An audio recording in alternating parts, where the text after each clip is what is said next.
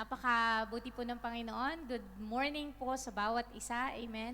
Help yourself. May mga available seats pa sa harapan. You could come forward para po mas malapit. Amen. That's my favorite place sa harapan po. Mas masarap sa harapan. Amen. So, it's beautiful to really worship the Lord. Amen. And today po, we are worshiping in our own language, brother.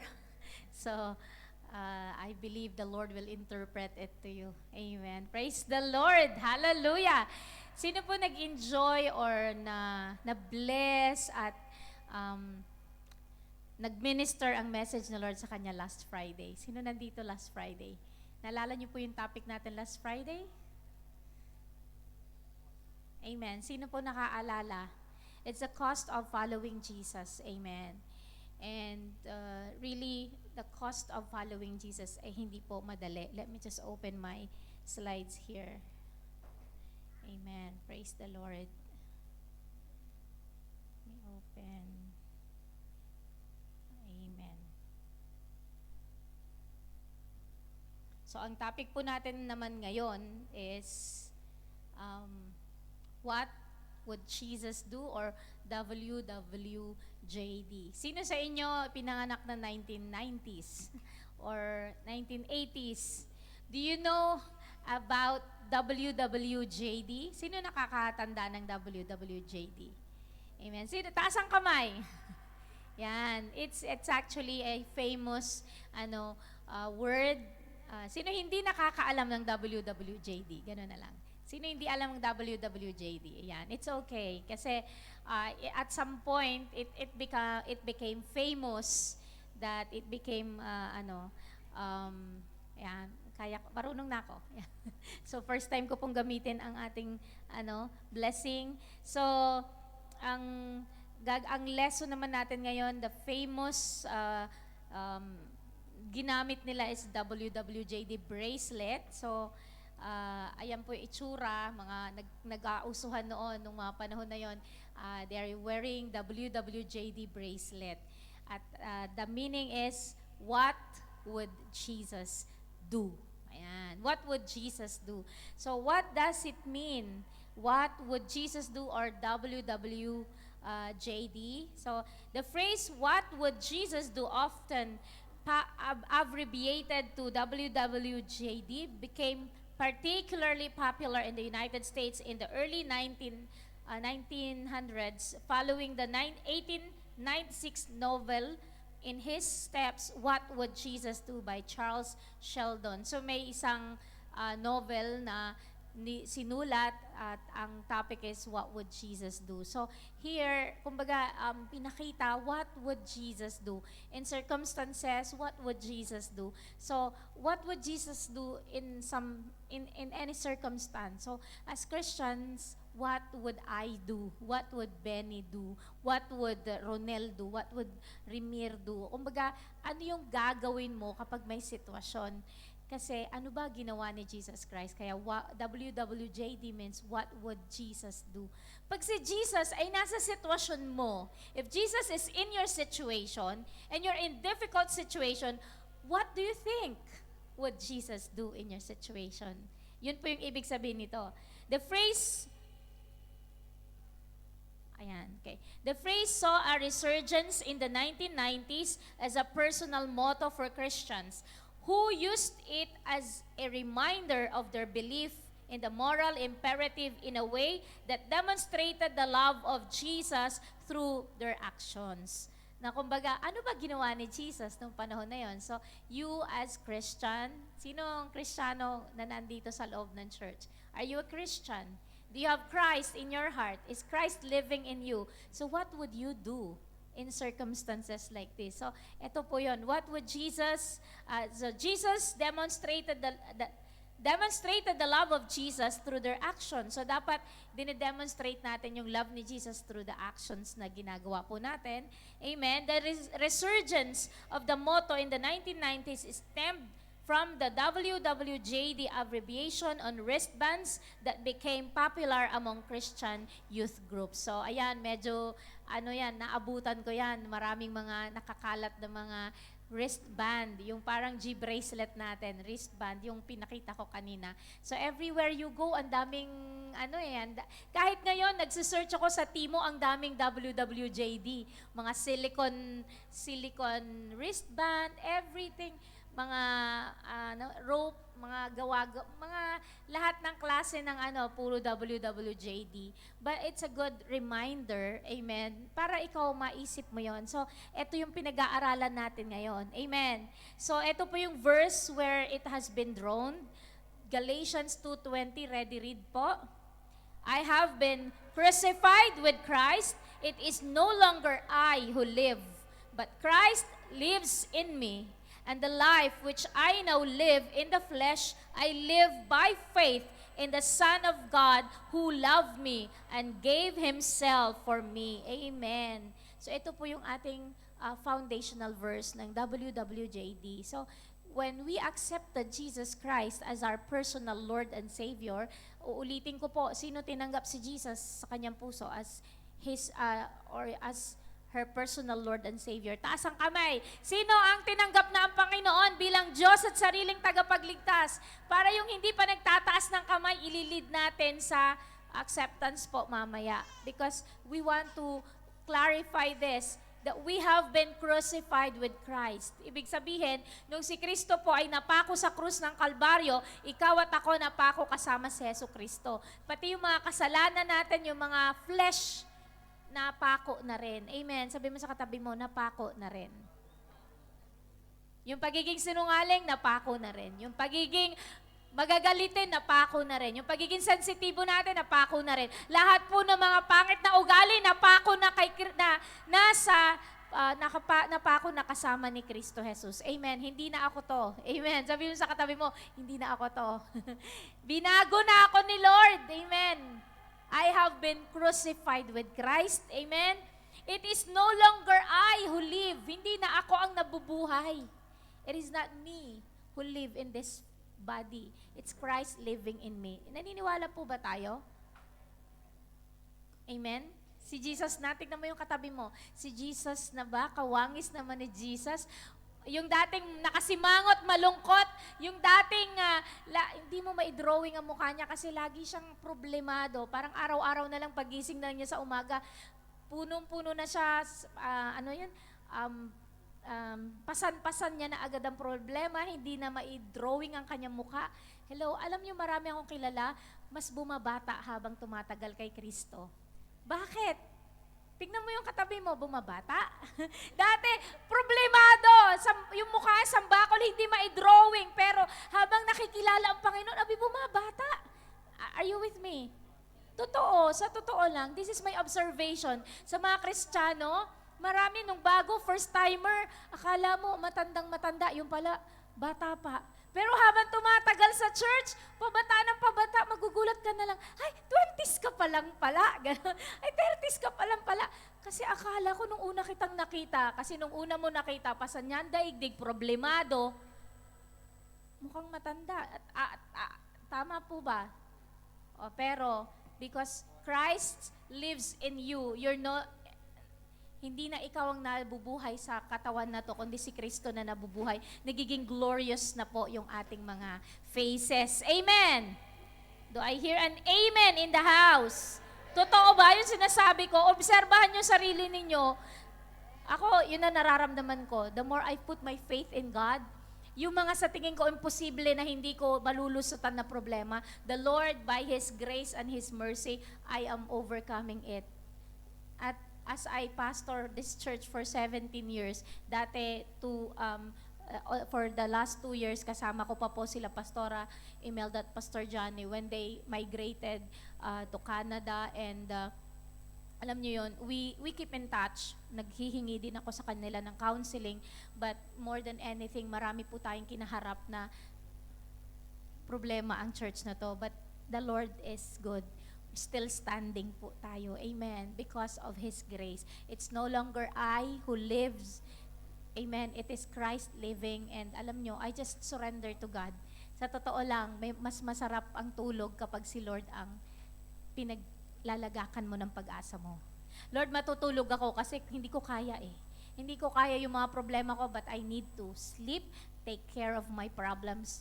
Tomorrow is another day. Alam niyo, kinabukasan, nasosolve naman ang problema. At sabi nung madam ko sa akin, there is no problem that has no solution. Ulitin ko, walang problema na walang solusyon. When there is a problem, there is a solution. And the Lord is teaching us to find the solution and not just magmukmuk na lang kasi malaki ang problema natin. May problema ka, anong solusyon? Amen po ba? So, alam nyo, sa totoo lang, ang dami kong natutunan sa pagiging Kristiyano, and thank God, God is the source of wisdom. Amen. Sabing ganun dito, I have been crucified with Christ. It is no longer I who live, but Christ lives in me. Si Kristo na ang nananahan sa atin. Amen. Winelcome natin siya. Pinapasok natin si Jesus sa puso natin. Lord, let your will be done. Ikaw na ang kumilos, bumago, umayos ng buhay ko. Amen. And the life which I now live in the flesh, yes, buhay pa tayo sa flesh. This is our flesh. But we live by faith, amen, in the Son of God who loved us and gave Himself for us. Na nabubuhay na tayo para kay Kristo kasi siya namatay para sa'yo. Amen po ba? That's the great exchange. Namatay siya para sa'yo, so ikaw mabubuhay ka din para sa Kanya. Amen po ba? Naiintindihan? Pag hindi nyo naiintindihan, ipipikit nyo, Lord, ano pa ba yun? Ano ba yun? Gusto kong maintindihan. Amen. Nabubuhay po tayo para kay Kristo na kasi namatay siya para sa atin. Namatay siya para sa kasalanan natin. Amen. So alam nyo, ang dami ko pong examples, hindi ko matapos ang aking preaching kasi ang dami po sa Biblia na example. Actually, from the day that Jesus started His ministry, hindi lang every day bawat senaryo sa Biblia, when He lived, alam niyo po, ang sarap na mapag-aralan natin. Kasi ano ba yung ginawa ni Jesus? Let's look closely what Jesus did when He was here on earth. Amen. So, konti lang po ito para hindi tayo maubusan ng oras. Let us read John 8 verses 3 to 11. Amen. Sorry po. Then the scribes and the Pharisees brought to Him a woman caught in adultery. And when they had set her in the midst, they said to Him, Teacher, this woman was caught in adultery in the very act. Now Moses in the law commanded us that such should be stoned. But what do you say? Oh, mabigat agad ang kasong hinarap kay Jesus. Gusto nilang hulihin si Jesus kasi gusto nilang i-crucify nga. So gusto nila, ano kaya ang sasabihin nitong tao na to? Meron daw sila nahuli na babae caught in the act. Hindi gumagawa na hindi nakakalugod sa Panginoon, hindi niya asawa, pero sila po ay alam niyo na 'yon. Okay. Now, Moses in the law commanded us that such should be stoned. But what do you say? Ang nahuli po na nangangalo niya o adulterer, hindi sila kasal pero ginagawa nila yung act ng mag-asawa, ay kailangan pong batuhin hanggang mamatay. Yun po ang law. Ngayon, iniharap nila kay Jesus Christ kasi si Jesus Christ, huhulihin nila kung anong sasabihin ni Jesus Christ. Tapos, what happened? They said, testing Him, okay, that they might have something of which to accuse Him. But Jesus stooped down and wrote on the ground with His finger as though He did not hear. So yumuko po siya, nagsusulat siya sa ground na parang hindi niya naririnig yung accusation, sulat siya ng sulat. Naiinip ngayon ang mga Pariseo or yung mga tao na nagdala sa kanya, yung mga scribes and Pharisees, sabing ganun. So when they continued asking Him, He raised Himself up and said to them, He who is without sin among you, let him throw a stone at her first. Sabi niya, kayo na mga walang kasalanan, kayo ang bumato. And again, he stooped down and wrote on the ground. Then those who heard it, being convicted by their conscience, went out one by one, beginning with the oldest even to the last. And Jesus was left alone, and the woman is standing in the midst. Ganon si Jesus. Ganon si Jesus mag-approach. So ano nangyari? When Jesus had raised himself up and saw no one but the woman, he said to her, Woman, woman, where are those accusers of yours? Has no one condemned you? She said, No one, Lord. And Jesus said to her, Neither do I condemn you. Go and sin no more. Scenario, heated discussion. They caught a woman. Kinaladkad nila yung woman o dinala nila yung woman. I remember, second year anniversary, we had a drama and I was the woman. I was the woman caught in adultery. Pero syempre hindi naman. Ano lang, act lang po ito. They dragged me. Naka-uniform din ng scribes and Pharisees yung drama, no? And I was the woman. Dinrag po nila ako, dinala nila ako kay Jesus Christ. So, etong scenario na to, we had a drama, second year anniversary of JCSGO. Ayun, so, nag-acting din po tayo. So, ayan, so, what happened? Jesus Christ, when He looked up, wala na po, the accusers are no longer there because Jesus said very specifically na sabi niya ganun dito, sabi niya, he who is without sin among you, let him throw a stone at her first. So even if they caught her doing the act na hindi nakakalugod sa Panginoon, papatayin na yun eh. You have to be stoned. But what happened? Because Jesus is full of mercy, sabi niya, kung sino ang walang kasalanan, siya bumato. Totoo naman. Amen po ba? We all are sinful. We all have our own. Yung mga scribes and Pharisees, they are also full of sins. Diba? Sabi ni Jesus Christ, neither do I condemn you, go and sin no more. Do you think this woman will sin again after this scenario? Do you think this woman magkakasala pa? Gagawin pa niya ulit yon? Nahuli na siya at pinatawad na siya. Are you with me? So what did Jesus do? Pinabato ba niya yung babae na nahuling may kasalanan? No. Because Jesus is a God of love. He demonstrated love. First lesson,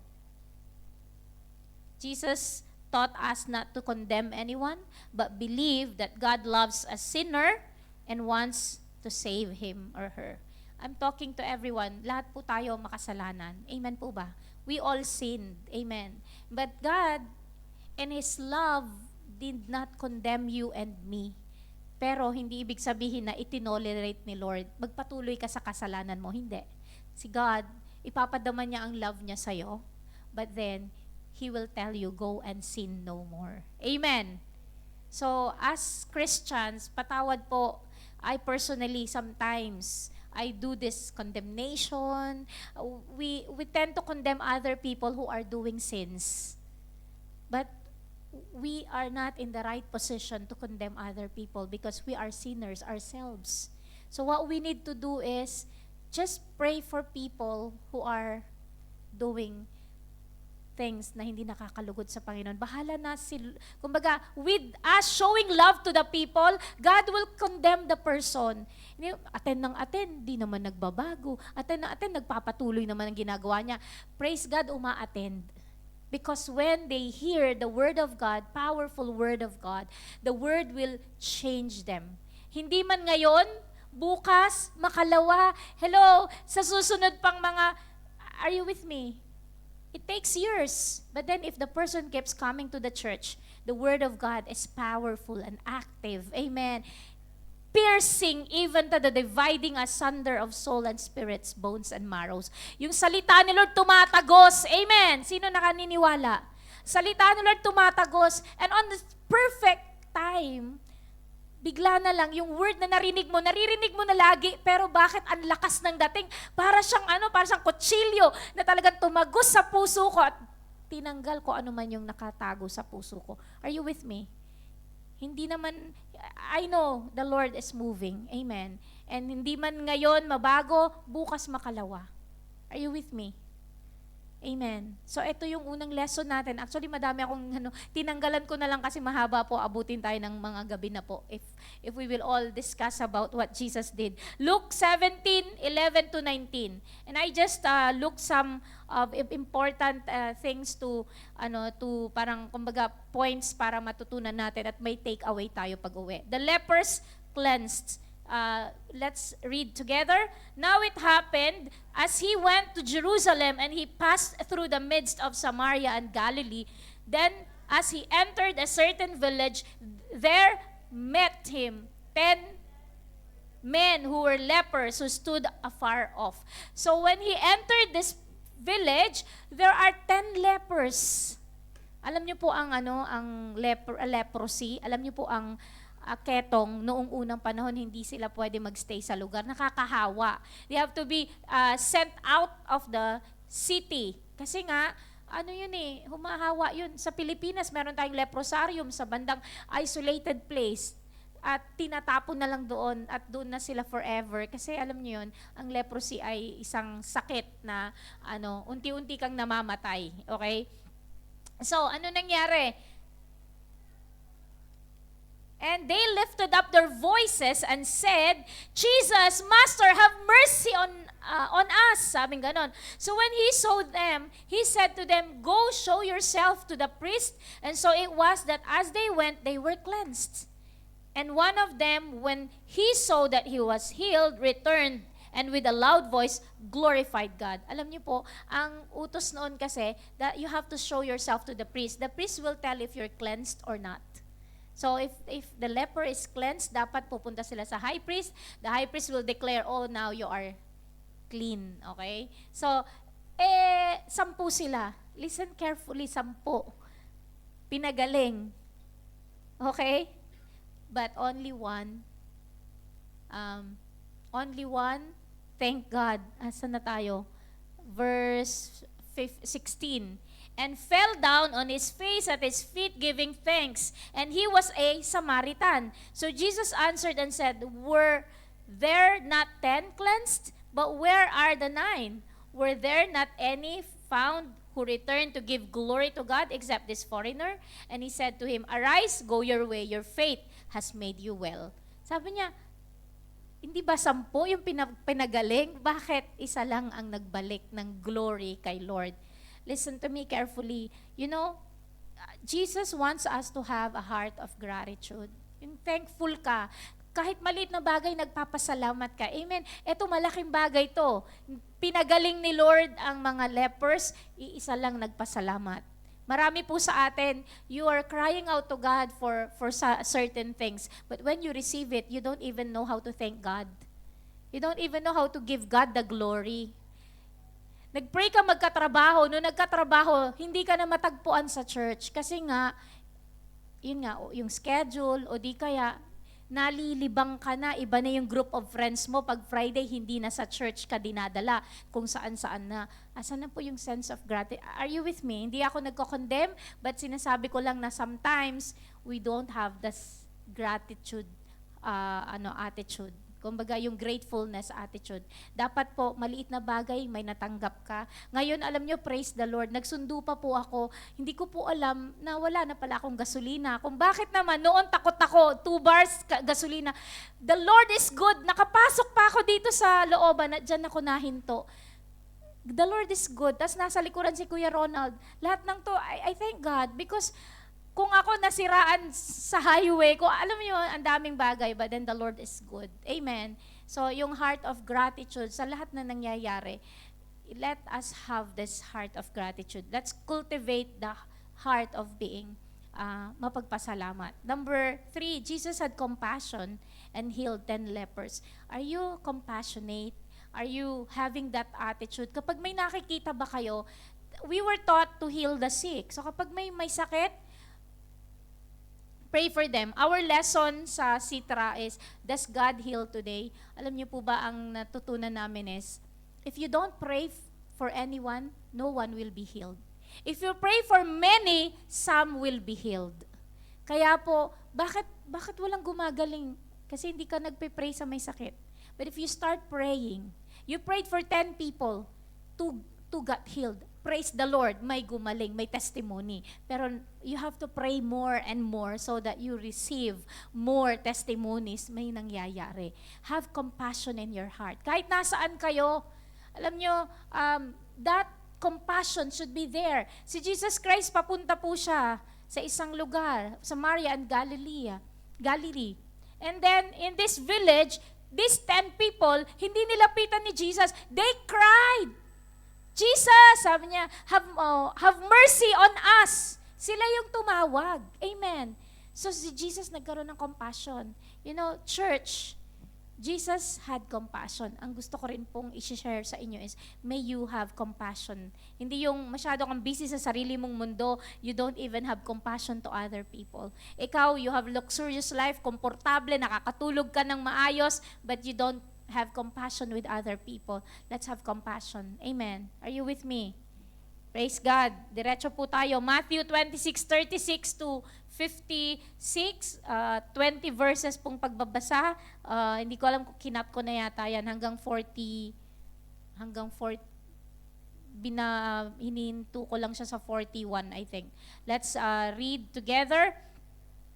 Then Jesus came with them to a place called Gethsemane and said to the disciples, "Sit here while I go and pray over there." And he took with him Peter and the 2 sons of Zebedee, and he began to be sorrowful and deeply distressed. Sino po ito? Si Jesus. Sorrowful and deeply distressed. Bakit kaya si Jesus ay nagkaroon ng feeling na sorrowful and deeply distressed? Tignan natin. Then he said to them, "My soul is exceedingly sorrowful, even to death. Stay here and watch with me." Yan po ay yung panahon ng si Jesus ay huhulihin na at sililitisin na po siya. Alam niya kung ano mangyayari sa kanya. So he was deeply distressed. Kung pwede lang na hindi ko nadaanan. Kasi alam niya na mamamatay siya. Alam niya lahat. He knew before it will happen. Alam niya. So sabing ganun dito, he went a little further and fell on his face and prayed. Sobra na talagang he was praying to God. Oh my Father, if it is possible, let this cup pass from me. Nevertheless, not as I will, but as you will. Amen. Sabi niya, Lord, kahit, kumbaga kung pwede lang, di ko nadaanan. Mapapako siya sa krus. Amen. Mamamatay siya. Pero alam nyo, then, verse 40, then he came to the disciples and found them sleeping and said, ay, tingnan mo nga yung katabi mo kung natutulog na din. Then he came to the disciples and found them sleeping and said to Peter, "What? Could you not watch with me 1 hour?" Malapit na po matapos. Ilang kwento pa. Ayan. "Watch and pray, lest you enter into temptation. The spirit indeed is willing, but the flesh is weak." Sabi si Jesus, distressed. Bakit? Kasi may pagdadaanan siya. Nagpe-pray siya kay Lord. Pero yung mga disciples, wala, inantok, nakatulog. Sabi niya ganon, "Could you not watch with me with 1 hour?" Kahit 1 oras lang, di ba kayo pwedeng mag-watch? And kumbaga mag-watch, ibig sabihin, bantayan habang si Jesus ay nananalangin, they are on the watch. Kasi gabi yon at alam nyo, parating na ang mga sundalo para hulihin si Jesus Christ. Kasi itinimbre na ni Judas na si Jesus Christ nga ang Kristo. At sabi niya, kung sino yung hahalikan ko, siya si Jesus Christ. Parang magkakahawig din po kasi sila noon. Hindi nila alam kung sino ang Jesus, hindi nila alam kung sino huhulihin nila. Pero si Judas, he lived with Jesus being his disciple. So sabi niya, kung sino yung hahalikan ko, halik lang naman dito, no? Kiss of betrayal ang tawag doon. Kasi sabi niya, kung sino yung hahalikan ko, yun si Jesus, yun ang hulihin nyo. Binenta niya si Jesus for 30 shekels, 30 silver coins. So, ano nangyari? Sabi ni Jesus sa mga disciples niya, sino yung 3 disciples niya? PJJ, Peter, James, and John. Sabi niya, "Watch and pray, lest you enter into temptation. The spirit indeed is willing, but the flesh is weak." So, ano yung tinuturo ni Jesus dito? Ang turo ni Jesus sa atin, watch and pray. Ano bang nangyari kay Jesus? He was deeply distressed. Bakit? Ikaw ba kapatid, deeply distressed ka ba? May problema ka, may pinagdadaanan ka. Anong ginagawa mo? Are you watching and praying? Or saan mo tinadala ang sarili mo kapag deeply distressed ka? Marami po, they're so deeply distressed. Anong ginagawa nila? Ang dami nilang ginagawa. May mga iba, alam nyo, they ended up committing suicide. They ended up na they are into drugs. They ended up into mga bisyo, naglalasing sila because they are deeply distressed. Pero I tell you, if you're deeply distressed, watch and pray. Sabi mo sa katabi mo, watch and pray. What would Jesus do? WWJD, when you're deeply distressed, watch and pray. Amen. Hallelujah. Woo, praise the Lord. John 5, 1 to 18, mahaba-haba pa po ito kwento. Amen. Let's read. Sometime later, there was a religious gathering of the Jews. Jesus went up to Jerusalem. In Jerusalem, there is a pool with 5 porches called Bethesda near the Sheep Gate. Inside these porches lay many sick people. Some were blind, some could not walk, some could not move their bodies. Amen. An angel of the Lord came to certain times and made the water move. All of them were waiting for it to move. Whoever got in the water first, after it was moving, was healed of whatever sickness he had. Ang dami pong taong nakahilera, puro mga may sakit. Ang angel daw, ini-stir up daw yung water doon, at kapag na-stir up ang water, yung unang darating na may sakit, siya ang gagaling. So, anong probability na gumaling yung mga tao? Ang dami nila. Unahan sila, baka may stampede pa. So here comes a guy, na sabi niyang ganun, na nakita ni Jesus. A man was there who had been sick for 38 years. Grabe, ang habang pag-aantay na to. Jesus saw him lying there and knew the man had been sick a long time. Jesus said to him, "Would you like to be healed?" The sick man said, "Sir, I have no one to put me in the pool when the water is moving. While I am coming, another one gets in first." But the faith was there, ano? This 38-year-old man na may sakit siya, nag-aantay lang na ma-stir up yung water and makapunta siya. Kaya lang wala din pong magtutulong sa kanya to go to the water. Nagkakaintindihan tayo? So, imposible din, pero may faith siya na gumaling. Amen po ba? And what happened next? Sabi ni Jesus, "Get up, pick up your bed and walk." At once the man was healed and picked up his bed and walked. This happened on the day of rest. The Jews said to the man who had been healed, "This is the day of rest. It is against the law for you to carry your bed." Eto na naman, law na naman. So what happened dito, sabi ni Jesus? He said to them, the man who sabi nung tao, "The man who healed me said to me, 'Pick up your bed and walk.'" Then the Jews asked him, What man said to you, 'Pick up your bed and walk'?" The man who had been healed did not know who he was. Jesus had gone away while many people were there. Verse 14. Later, Jesus found the man who had been healed in the house of God. He said to him, "Listen, you have been healed. Stop sinning or something worse will come to you." The man went away and told the Jews that it was Jesus who had healed him. Alam niyo po ba, ang daming may sakit. Hindi ka gagaling kasi pag in-stir up ng angel, iisa lang ang gagaling. But then Jesus was there, nakita niya, compassion na naman. Are you with me? May pakialam siya sa mga paligid eh. Amen. Tayo po dapat may pakialam din po tayo sa paligid. And sabing ganun dito, ang takeaway ko dito, Jesus after healing the man said, "Go and sin no more." Go and sin no more. Amen. Nagpagaling si Lord, pero ang sabi niya, "Go and sin no more." Alam niyo si Lord, hindi niya kinondemn yung tao, pero inutusan lang niya, "Go and sin no more." Amen. And nung pinagaling, kinuwestiyon na naman si Jesus, bakit siya nagpagaling ng Sabat? Kasi noon, ang Sabat ni ultimong bitbitin mo yung bed mo, bawal. No, yun yung talagang rule nila sa law. Sabat is Sabat, ultimo magluluto ka ng Friday. para lahat ng pagkain mo, luto na, kakain ka na lang. Ito yung mga rules nila. Pero nung binitbit yung bed, sabi nga doon, bakit mo binitbit? It's the day of rest. Pero alam niyo, I want you to know, Jesus is the Lord of the Sabbath. Hindi kailangan na, o kaya pinagaling siya ng Sabbath. Hindi pwede. Maraming issue sa Bible. Nagpagaling si Jesus on a Sabbath day. Hindi pwede. Alam niyo, Jesus is the Lord of the Sabbath. Si Lord, kung gusto niya magpagaling, magpapagaling siya. Amen. Regardless of which day it is.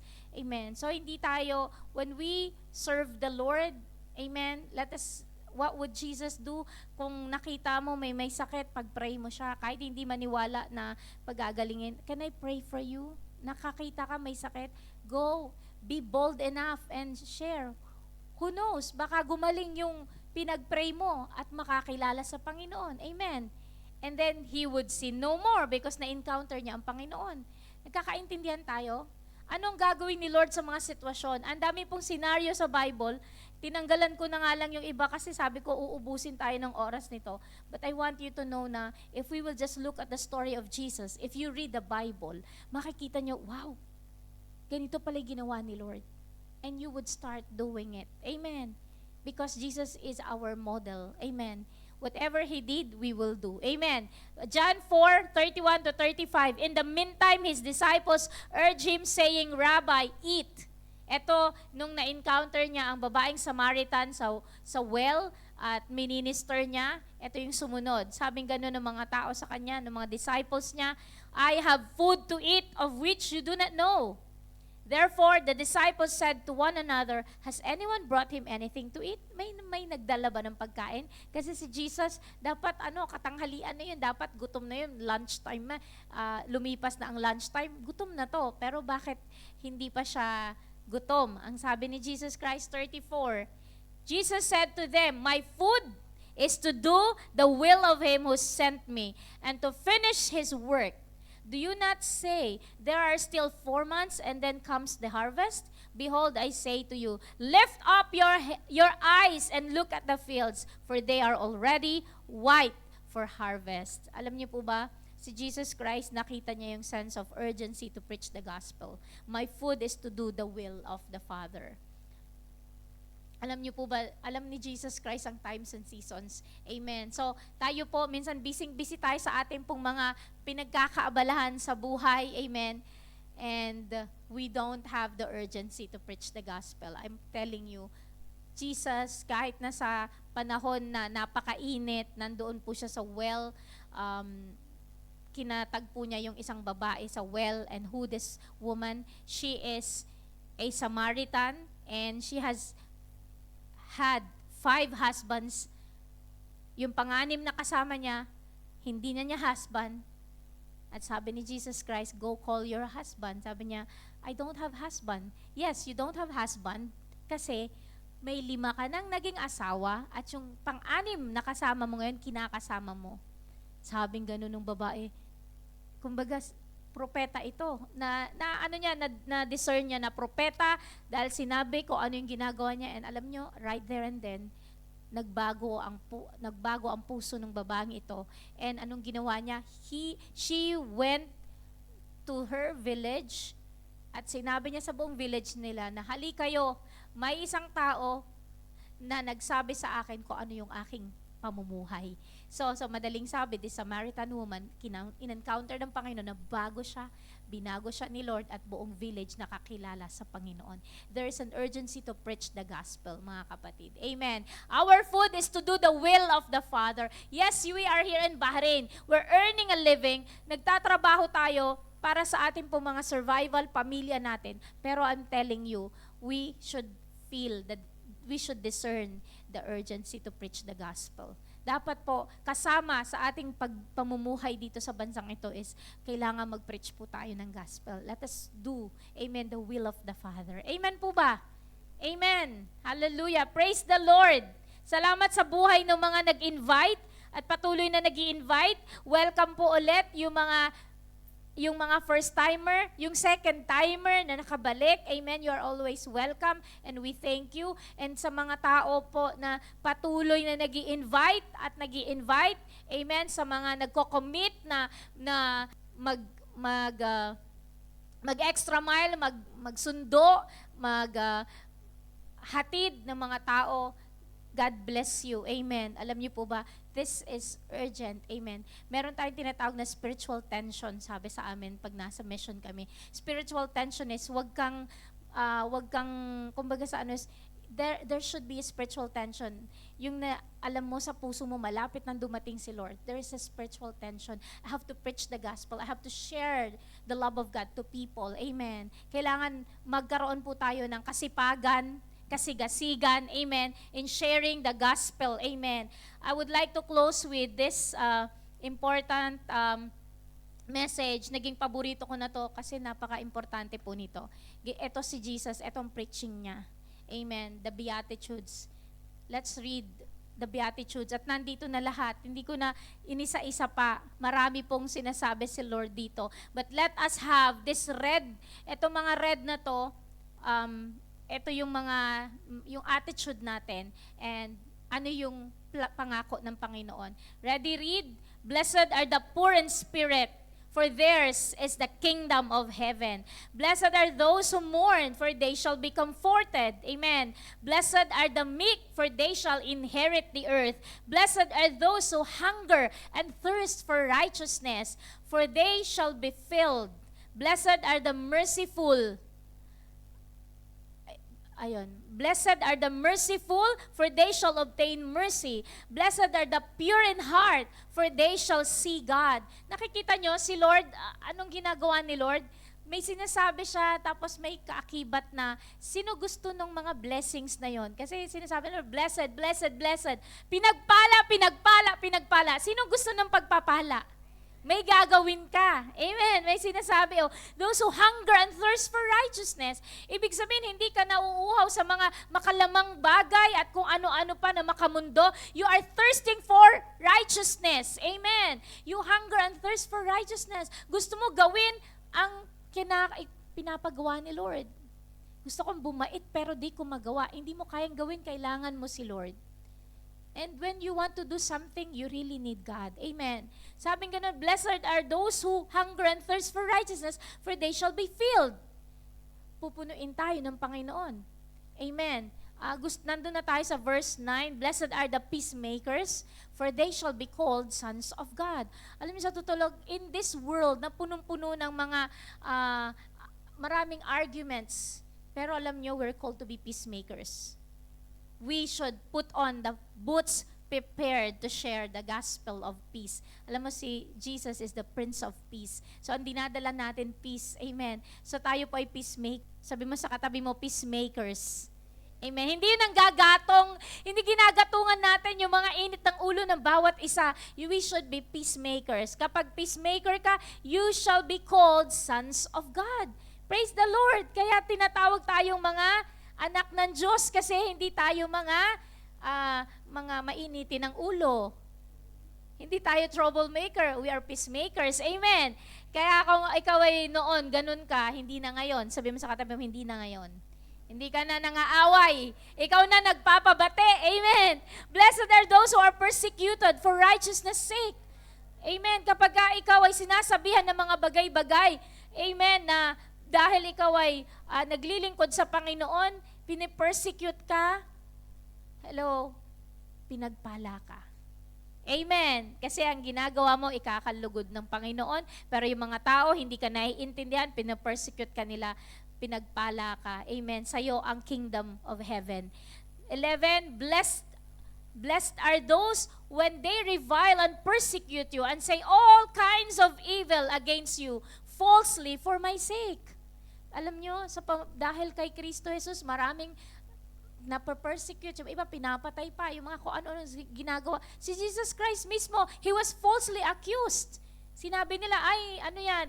Sa totoo lang, hindi naman dapat i-crucify si Jesus. Pero pinagkaisahan nila si Jesus, i-crucify. At sabi, hindi, sinabi niya, itutumba ang templo at bubuuin niya sa 3 araw. Mga ganun. Ang dami nilang sinabi against Jesus Christ, yung mga witnesses, para lang para ma-crucify si Jesus. At nung time na, dahil Paskwa, magbibigay sila ng pabuya. Yung isa, papawalang bisa. Ang ina-expect ni Pilate ay si Jesus ang pipiliin ng mga tao. Pero ang pinili nila si Barabbas na sobrang talamak na makasalanan. Amen. Na murderer. Siya ang pinili. At gusto talaga nila. Anong gagawin kay Jesus? Sabi, crucify, crucify, crucify. They falsely accused him. Hello?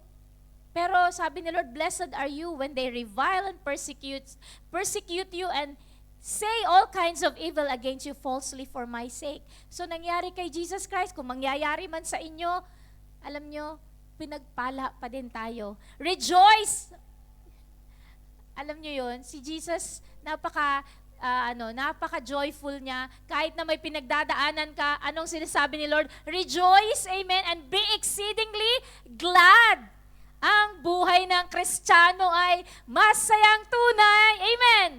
Kahit ikaw ay pinapersecute, kahit ikaw ay kung ano-anong accusation sa'yo, pinoposti ka pa nila sa Facebook, kung ano-ano sinasabi nila, ang buhay ng Kristiyano ay masayang tunay. Bakit? Sinabi ni Lord, rejoice and be exceedingly glad. Amen. For great is your reward in heaven. Hindi ka ba ma-reward dito sa lupa, sa langit may reward ka. Hindi natutulog ang Diyos. Kung anong ginagawa ng mga tao sa'yo, isumbong mo lang kay Lord. Kaya alam niyo yung attitude ko, sinusumbong ko kay Lord.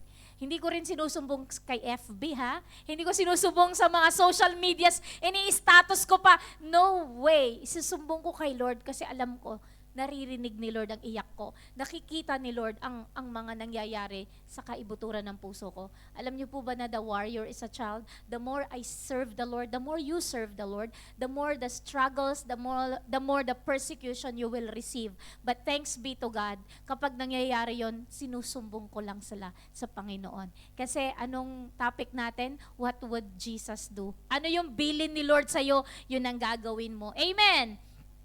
Hallelujah! Rejoice and be exceedingly glad. Bakit dalawang beses? Ano ibig sabihin ng rejoice? Magalak. Ano yung exceedingly glad?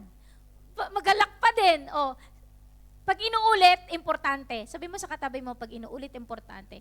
Tignan mo nga kung masaya yung katabi mo o baka nakasimangot na. Dapat masaya. Sabi mo, dapat masaya. Ang buhay ng Kristiyano, masaya. Amen. Bakit? Yun ang bilin ni Lord sa atin. Rejoice and be exceedingly glad, for great is your reward in heaven. Alam niyo po, hindi sinabi ni Lord na, for there is a reward in heaven. Ang sabi ni Lord, for great is your reward in heaven. Amen. Kapag naranasan mo yung mga pagsubok na yan, na pagtagumpayan mo, rejoice and be exceedingly glad, for great is your reward in heaven. Amen.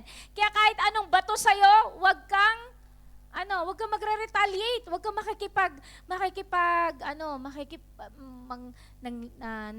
you fight back. Hello? No. Sumbong mo kay Lord. Sabi mo sa katabi mo, sumbong mo kay Lord. For so they persecuted the prophets who were before you. Etong persecution na to, sinasabi ni Lord nga na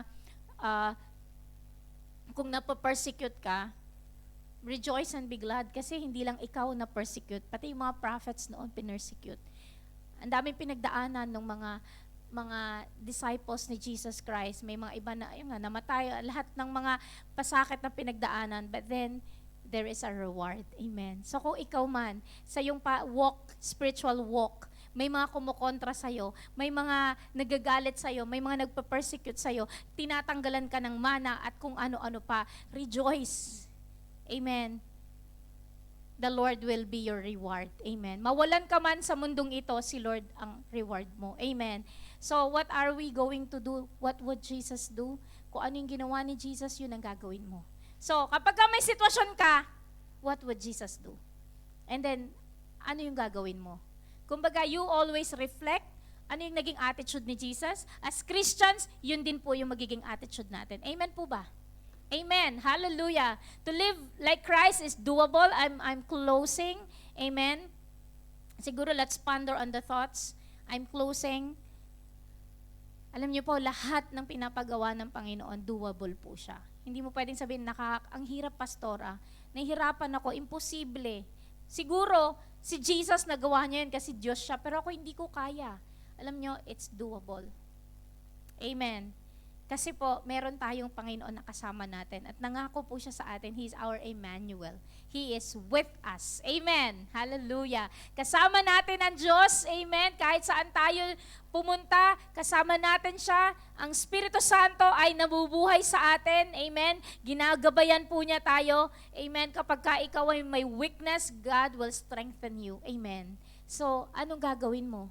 Lagi mong iisipin kapag ka may sitwasyon ka. Si Jesus Christ, as we close, when He was nililitis siya, totoo ba? Totoo ba? Totoo ba? Alam niyo, hindi siya nagsalita.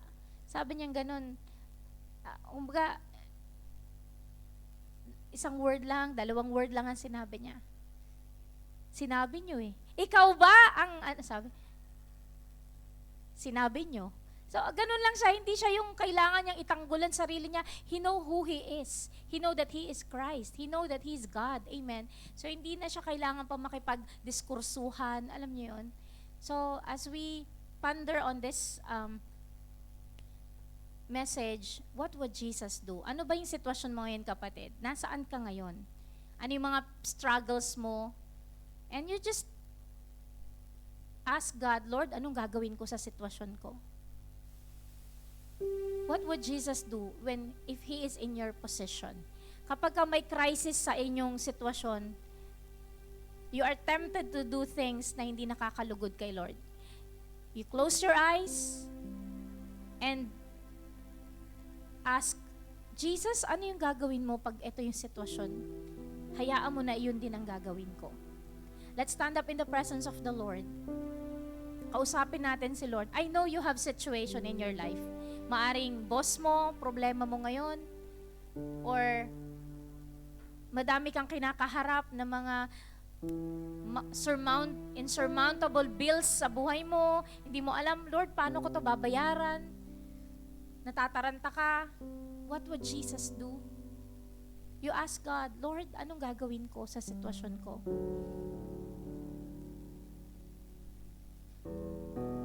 Ano yung mga sitwasyon mo when it comes to fighting a good fight of your faith? Ikaw lang ang Kristiyano sa pamilya, tinutulig sa ka, pinapersecute ka, how will you face them? What would Jesus do? What will you do? You come to God in prayer and ask, Lord, anong gagawin ko sa sitwasyon ko? Always reflect that if God is in that situation, ano naman kaya ang gagawin ni Lord? So Lord, Lord, sa sitwasyon na kinalalagyan ko ngayon, what would I do? What do I need to do? Na makita sa akin at mag-reflect sa akin yung attitude mo bilang Diyos, O God. That your glory be seen in my life. Lord, ano yung gagawin ko sa sitwasyon ko? Let's just talk to God. Hallelujah. Ano nga ba ang gagawin ni Jesus sa sitwasyon mo?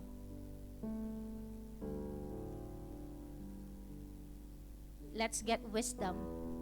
Let's ask God, Lord, anong gagawin ko? And when you read the Bible, marami pong instruction si Lord, and He will give you and enlighten you. He will give you wisdom kung paano nyo haharapin ang mga sitwasyon sa buhay ninyo. Maring iba yung sinasabi ni Lord sa akin sa personal kong sitwasyon. Iba rin po yung sinasabi ni Lord sa mga sitwasyon na kinabibilangan ninyo. Because we have our own individual issues, circumstance, and problems. Minsan pag mainit ang ulo natin, nadadamay po yung ibang tao. Pero sarili lang pala natin yung issue na yun at hindi pwedeng ma-involve yung ibang tao. So let's come to God and have a private talk with God. Lord, eto yung sitwasyon ko. Give me wisdom kung ano yung gagawin ko, Panginoon. Come to God in prayer. Ask wisdom from the Lord sa sitwasyon na meron ka ngayon. Hallelujah. Lord, thank you, Lord, for the message, O God. It reminds us, O Lord, to be still, to calm, to wait on you, to talk to you, O God, sa mga circumstance na meron kami, Panginoon. Lord, that even in the deepest, in the difficult situation of our lives, Lord, wag po kaming impulsive.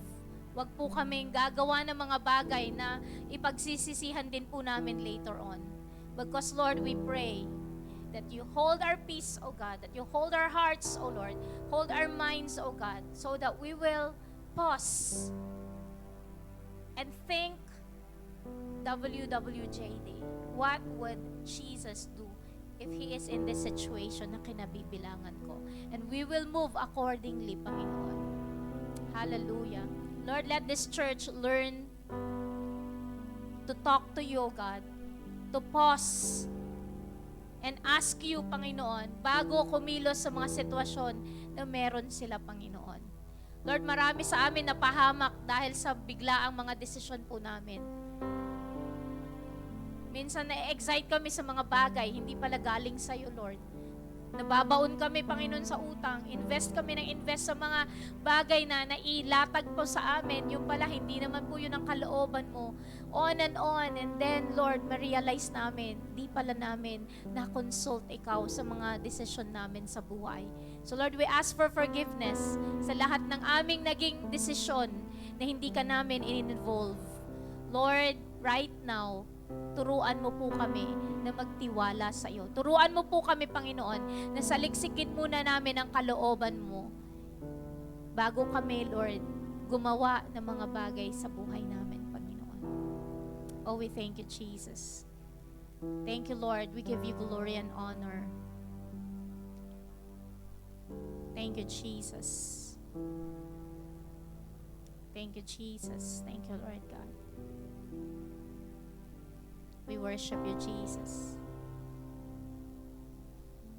Thank you, Lord. Is our communion ready? As we remember Jesus, pinag-uusapan na rin lang natin, what would Jesus do? Alam niyo po, isang importante na covenant natin is the covenant of communion. Jesus gave Himself for us para hindi po natin nakakalimutan yung ginawa niyang sakripisyo sa atin. We were given communion elements. Amen.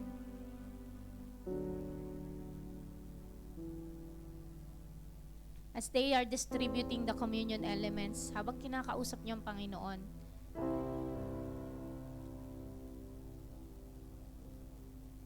He is here right now. And He longs to talk to you. Alam niyo, gustong-gusto ng Panginoon, kinakausap natin siya. He is our Father. Tayo mga anak. Amen. And when you talk to Him naturally. Lord, andito po ako ngayon. Sa mga sitwasyon na pinagdaanan ko at kinalalagyan ko ngayon, kailangan kita, Panginoon. What would you do in my situation? Kasi ako, naguguluhan na ako, Lord eh. Ako, hindi ko alam kung paano ko haharapin ang mga sitwasyon ko. Pero, turuan mo po ako. What would you do in my situation right now? Maring ikaw, kapatid, itong tinutukoy ko. Nabibigatan ka. Hindi mo alam kung ano yung gagawin mo. Ask God. Ask Jesus. Anong gagawin mo sa sitwasyon? Anong gagawin ni Jesus sa sitwasyon mo kung siya ay nasa sitwasyon mo? Hallelujah. Thank you, Jesus.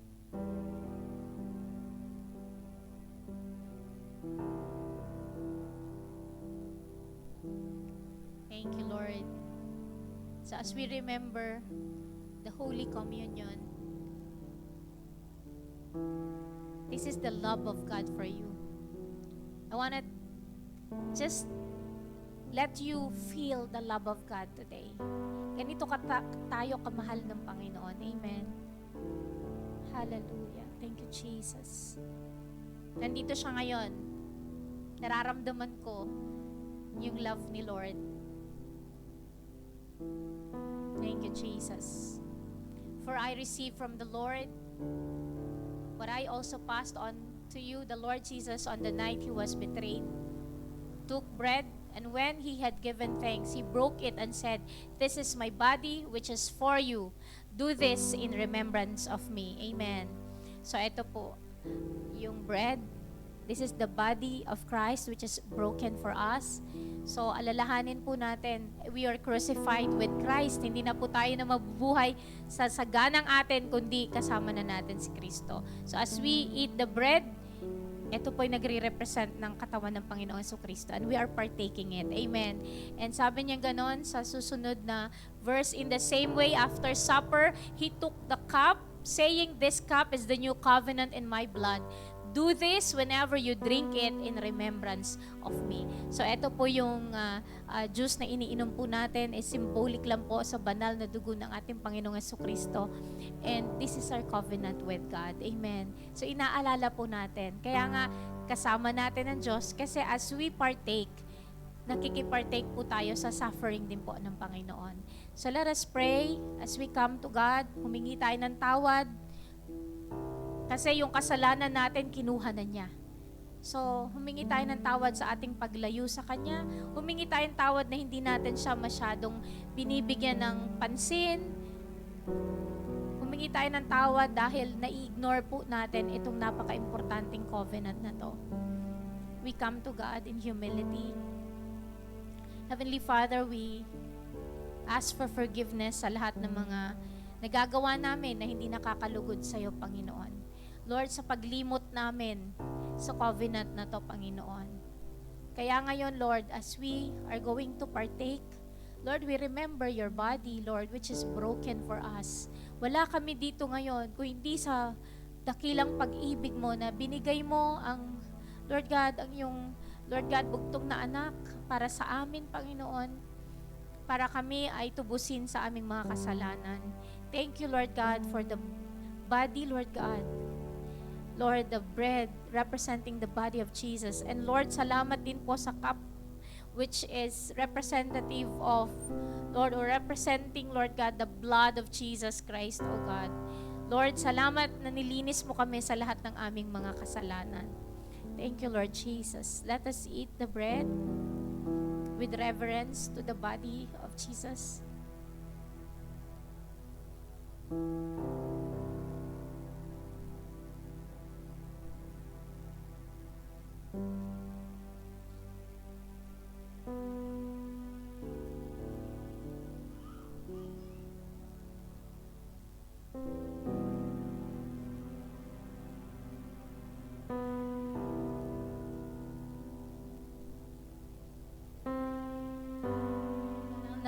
Dugo naman na natigis, nabubu sa krus ng Kalbaryo para sa iyo at para sa akin.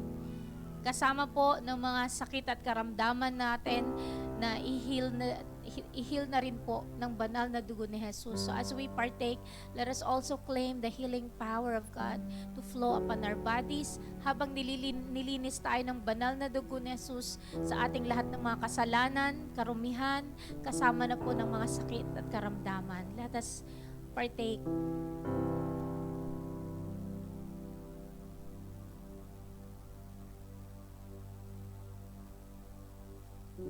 Thank you, Jesus. Thank you, Lord, for your great love. Lord, we honor you. We worship you. Punuin mo po kami ng thoughts of Jesus, thoughts of what you will do in our circumstance. Lord, fill us, O Lord God. That, Lord, wala kaming ibang nais gawin kundi ibalik sa iyo lahat ng glory, lahat ng honor. In Jesus' mighty name we pray. Palakpakan po natin ang Panginoon. Hallelujah! Woo! Praise you, Jesus. Amen.